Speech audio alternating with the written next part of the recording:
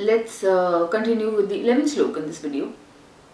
So the 11th Shloka says, to show them special mercy, I, dwelling in their hearts, destroy with the shining lamp of knowledge the darkness born of ignorance. Now coming to the explanation of the Shloka. The Lord tells Arjun that basically there is no possibility of understanding the supreme truth, the absolute truth, the supreme personality of Godhead simply by speculating. For the supreme truth is so great that it is not possible to understand him or to achieve him simply by making a mental effort. Man can go on speculating for several millions of years, and if he is not devoted, if he is not a lover of the supreme truth, he will never understand Krishna or the supreme truth. Only by devotional service is the supreme truth Krishna pleased, and by his inconceivable energy he can reveal himself to the heart of a pure devotee. The pure devotee always has Krishna within his heart, and with the presence of Krishna, who is just like the sun, the darkness of ignorance is at once dissipated. This is the special mercy rendered to the pure devotee by Krishna. Due to contamination of material association through many births, one's heart is always covered with the dust of materialism. But when one engages in devotional service and constantly chants Hare Krishna, the dust quickly clears, and one is elevated to the platform of pure knowledge. The ultimate goal Vishnu can be attained only by his chant and by devotional service, and not by mental speculation or argument. The pure devotee does not have to worry about the material necessities of life. He need not be anxious, because when he removes the darkness from his heart, everything is purified automatically by the Supreme Lord, who is pleased by the loving devotional service of the devotee. This is the essence of the teachings of Bhagavad Gita. By studying Bhagavad Gita, one can become a soul completely surrendered to the Supreme Lord and engage himself in the pure devotion service. As the Lord takes charge, one becomes completely free from all kinds of materialistic endeavors. Now coming to the 12th and 13th Shloka. Arjun said, you are the Supreme Personality of Godhead, the ultimate abode, the purest, the absolute truth. You are the eternal, transcendental, original person, the unborn, the greatest. All the great sages such as Narad, Asita, Divala and Vyasa confirm this truth about you, and now you yourself are declaring it to me. Now coming to the explanation of this shloka. Arjun, after hearing the essential 4 verses of Bhagavad Gita in this chapter, became completely free from all doubts and accepted Krishna as the Supreme Personality of Godhead. He at once boldly declares, you are Param Brahma, the Supreme Personality of Godhead. And previously Krishna stated that he is the originator of everything and everyone. Every demigod and every human being is dependent on him. Men and demigods, out of ignorance, think that they are absolute and independent of the Supreme Personality of Godhead. That ignorance is removed perfectly by the discharge of devotional service. This has already been explained in the previous verse by the Lord. Now by his grace, Arjun is accepting him as the Supreme Truth, in concordance with the Vedic injunction. It is not that because Krishna is Arjun's intimate friend, Arjun is flattering him by calling him the Absolute Personality of Godhead, the Absolute Truth. Whatever Arjun says in these 2 verses is confirmed by Vedic truth. Vedic injunctions affirm that only one who takes to devotional service to the Supreme Lord can understand him, whereas others cannot. Each and every word of this verse spoken by Arjun is confirmed by Vedic injunction. In the Kena Upanishad, it is stated that the Supreme Brahman is the rest for everything, and Krishna has already explained that everything is resting on him. The Mundaka Upanishad confirms that the Supreme Lord, in whom everything is resting, can be realized only by those who engage constantly in thinking of him. This constant thinking of Krishna is smaranam, one of the methods of devotional service. It is only by devotional service to Krishna that one can understand his position and get rid of this material body. In the Vedas, the Supreme Lord is accepted as the purest of the pure. One who understands that Krishna is the purest of the pure can become purified from all sinful activities. One cannot be disinfected from sinful activities unless he surrenders onto the Supreme Lord. Arjun's acceptance of Krishna as the Supreme Pure complies with the injunctions of Vedic literature. This is also confirmed by great personalists, of whom Narad is the chief. Krishna is the Supreme Personality of Godhead, and one should always meditate upon him and enjoy one's transcendental relationship with him. He is the Supreme Existence. He is free from bodily needs, birth and death. Not only does Arjun confirm this, but all the Vedic literatures, the Puranas and histories. In all Vedic literatures, Krishna is thus described as the Supreme Lord himself, who also says in the 4th chapter, although I am unborn, I appear on this earth to establish religious principles. He is the supreme origin, he has no cause, for he is the cause of all causes, and everything is emanating from him. This perfect knowledge can be had by the grace of the Supreme Lord. Here Arjuna expresses himself through the grace of Krishna. If we want to understand Bhagavad Gita, we should accept these statements in these two verses. This is called the parampara system, acceptance of the disciplinic succession. Unless one is in the disciplinic succession, he cannot understand Bhagavad Gita. It is not possible by the so-called academic education. Unfortunately, those proud of their academic education, despite so much evidence in Vedic literatures, stick to their obstinate conviction that Krishna is an ordinary person. Now coming to the 14th shloka, it says, O Krishna, I totally accept as truth all that you have told me. Neither the demigods nor the demons, O Lord, can understand your personality. Now coming to the explanation of the shloka. Arjun herein confirms that persons of faithless and demonic nature cannot understand Krishna. He is not known even by the demigods. So what to speak of the so-called scholars of this modern world? By the grace of the Supreme Lord, Arjun has understood that the supreme truth is Krishna and that he is the perfect one. One should therefore follow the path of Arjun. He received the authority of Bhagavad Gita.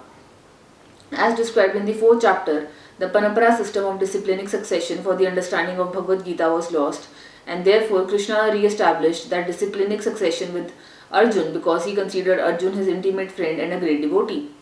Therefore, as stated out in our introduction to Gita Upanishad, Bhagavad Gita should be understood in the parampara system. When the parampara system was lost, Arjun was selected to rejuvenate it. The acceptance by Arjun of all that Krishna says should be emulated. Then we can understand the essence of Bhagavad Gita, and then only can we understand that Krishna is the Supreme Personality of Godhead. Now coming to the 15th shloka, it says, Indeed, you alone know yourself by your own internal potency, O Supreme Person, origin of all, Lord of all beings, God of gods, Lord of the universe. Now coming to the explanation of this shloka. The Supreme Lord Krishna can be known by persons who are in relationship with him through the discharge of devotional service, like Arjuna and his followers. People of demonic and atheistic mentality cannot know Krishna. Mental speculation that leads one away from the Supreme Lord is a serious sin, and one who does not know Krishna should not try to comment on Bhagavad Gita. Bhagavad Gita is the statement of Krishna, and since it is the science of Krishna, it should be understood from Krishna as Arjuna understood it. The Supreme Truth is realized in 3 aspects, as impersonal Brahman, localized Paramatma, and at last as the Supreme Personality of Godhead. So at the last stage of understanding the Absolute Truth, one comes to the Supreme Personality of Godhead. A common man or even a liberated man who has realized impersonal Brahman or localized Paramatma may not understand God's personality. Such men therefore may endeavor to understand the Supreme Person from the verses of Bhagavad Gita which are being spoken by this person Krishna. Sometimes the impersonalists accept Krishna as Bhagwan, or they accept his authority. Yet many liberated persons cannot understand Krishna as Purushottam, the Supreme Person. Therefore Arjuna addresses him as Purushottam. Yet one still may not understand that Krishna is the father of the living entities. Therefore Arjuna addresses him as Bhuta Bhavan. And if one comes to know him as the father of all the living entities, still one may not know him as the Supreme Controller. Therefore he is addressed here as Bhutesa, the Supreme Controller of everyone. And even if one knows Krishna as the Supreme Controller of all living entities, still one may not know that he is the origin of all the demigods. Therefore he is addressed herein as Deva Deva, the worshipful god of all demigods. And even if one knows him as the worshipful gods of all demigods, one may not know that he is the Supreme Proprietor of everything. Therefore he is addressed as Jagatpati. Thus the truth about Krishna is established in this verse by the realization of Arjun, and we should follow in the footsteps of Arjun to understand Krishna as he is. Now coming to the 16th shloka, it says, Please tell me in detail of your divine opulences by which you pervade all these worlds. Now coming to the explanation of this shloka. In this verse it appears that Arjun is already satisfied with his understanding of the Supreme Personality of Godhead Krishna. By Krishna's grace, Arjun has personal experience, intelligence and knowledge and whatever else a person may have. And through all these agencies, he has understood Krishna to be the Supreme Personality of Godhead. For him there is no doubt, yet he is asking Krishna to explain his all-pervading nature. People in general and the impersonalist in particular concern themselves mainly with the all-pervading nature of the Supreme. So Arjun is asking Krishna how he exists in his all-pervading aspect through his different energies. One should know that this is being asked by Arjun on behalf of the common people. Now coming to the 17th Shloka, it says, O Krishna, O Supreme Mystic, how shall I constantly think of you? And how shall I know you? In what various forms are you to be remembered, O Supreme Personality of Godhead? Now coming to the explanation of the Shloka. As it is stated in the previous chapter, the Supreme Personality of Godhead is covered by his Yoga Maya. Only surrendered souls and devotees can see him. Now Arjuna is convinced that his friend Krishna is the Supreme Godhead, but he wants to know the general process by which the all-pervading Lord can be understood by the common man. Common men, including the demons and atheists, cannot know Krishna because he is guarded by his Yoga Maya energy. Again, these questions are asked by Arjuna for their benefit. The superior devotee is concerned not only for his own understanding but for the understanding of all mankind. So Arjuna, out of his mercy, because he is a Vaishnava, a devotee, is opening for the common man the understanding of the all-pervasiveness of the Supreme Lord. He addresses Krishna specifically as Yogin because Shri Krishna is the master of the Yoga Maya energy by which he is covered and uncovered to the common man. The common man who has no love for Krishna cannot always think of Krishna, therefore he has to think materially. Arjuna is considering the mode of thinking of the materialistic persons of this world. Because materialists cannot understand Krishna spiritually, they are advised to concentrate the mind on physical things and see how Krishna is manifested by physical representations. Now coming to the 18th Shloka, it says, O Janardhan, again please describe in detail the mystic power of your opulences. I am never satiated in hearing about you, for the more I hear, the more I want to taste the nectar of your words. Now coming to the explanation of this shloka. A similar statement was made to Suta Goswami by the Rasis of Nami Saranya, headed by Sonak, which says, one can never be satiated even though one continuously hears the transcendental pastimes of Krishna, who is glorified by excellent prayers. Those who have entered into the transcendental relationship with Krishna relish at every step the descriptions of the pastimes of the Lord. Thus Arjuna is interested in hearing about Krishna and specifically how he remains as the all-pervading Supreme Lord. As far as Amritam nectar is concerned, any narration or statement concerning Krishna is just like nectar, and this nectar can be perceived by practical experience. Modern stories, fictions and histories are different from the transcendental pastimes of the Lord in that one will tire of hearing mundane stories, but one never tires of hearing about Krishna. It is for this reason only that the history of the world universe is replete with references to the pastimes of the incarnations of Godhead. The Puranas are histories of bygone ages that relate the pastimes of the various incarnations of the Lord. In this way, the reading matter remains forever fresh despite repeated readings.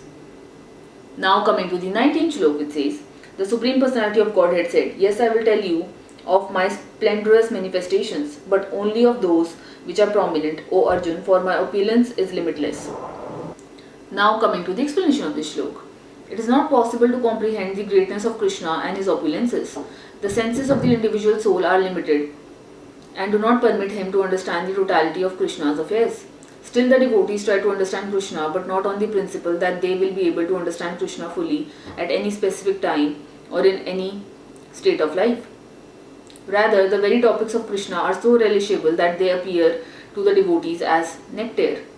Thus the devotees enjoy them. In discussing Krishna's opulences and his diverse energies, the pure devotees take transcendental pleasure. Therefore, they want to hear and discuss them. Krishna knows that living entities do not understand the extent of his opulences. He therefore agrees to state only the principal manifestations of his different energies. The word principle is very important because we can understand only a few of his principal details of the Supreme Lord, for his features are unlimited. It is not possible to understand them all.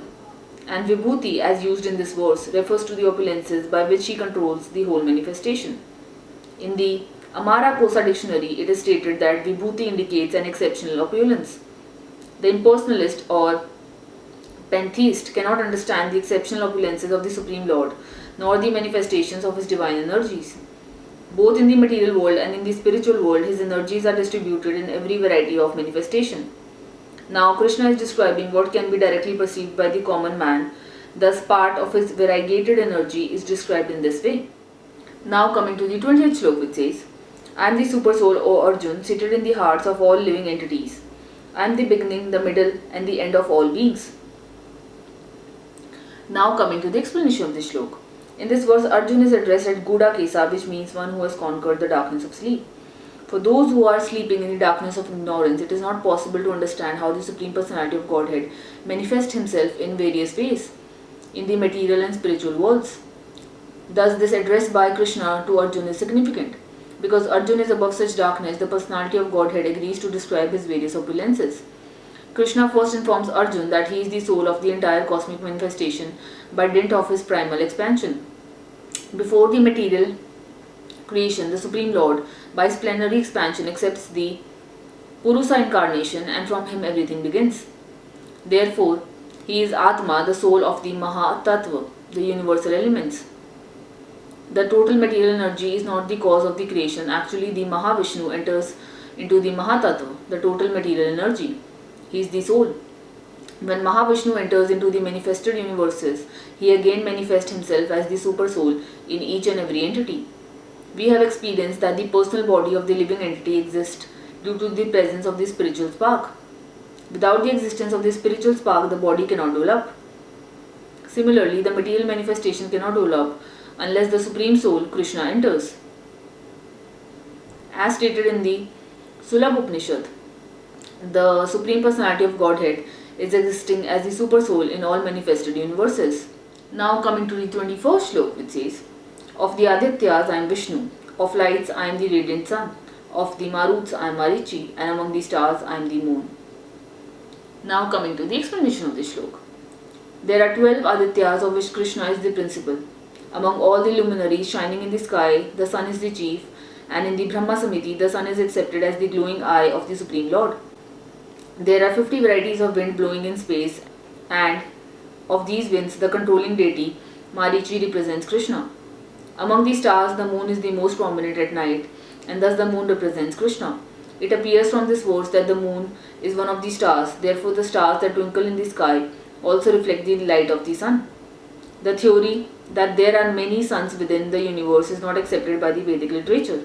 The sun is one, and as by the reflection of the sun the moon illuminates, so also do the stars. Since Bhagavad Gita indicates herein that the moon is one of the stars, the twinkling stars are not suns but are similar to the moon. Now coming to the 22nd Shloka, it says, of the Vedas I am the Samved, of the demigods I am Indra, the king of heaven, of the senses I am the mind, and in the living being I am the living force, consciousness. Now coming to the explanation of this Shloka. The difference between matter and spirit is that matter has no consciousness like the living entity. Therefore, this consciousness is supreme and eternal. Consciousness cannot be produced by a combination of matter. Now coming to the 23rd Shloka, which says, of all the Rudras I am Lord Shiv, of the Yakshas and Rakshasas I am the Lord of wealth, Kuvera, of the Vasus I am fire, Agni, and of the mountains I am Meru. Now coming to the explanation of this Shloka. There are 11 Ruds, of whom Shankara, Lord Shiva, is predominant.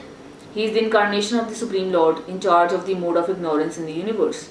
The leader of the Yakshas and Rakshasas is Kuvera, the master treasurer of the demigods, and he is the representation of the Supreme Lord.